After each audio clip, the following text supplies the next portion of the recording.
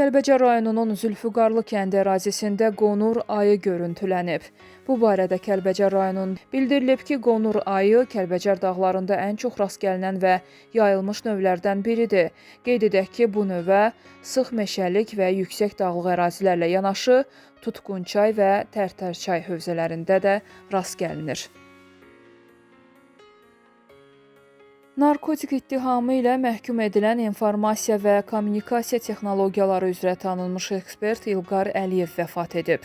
O, həbsdə xəstəlik səbəbindən dünyasına dəyişib. Qeyd edək ki, bu ilin martında İlqar Əliyevin cəzası 4 ildən 3 ilə endirilmişdi.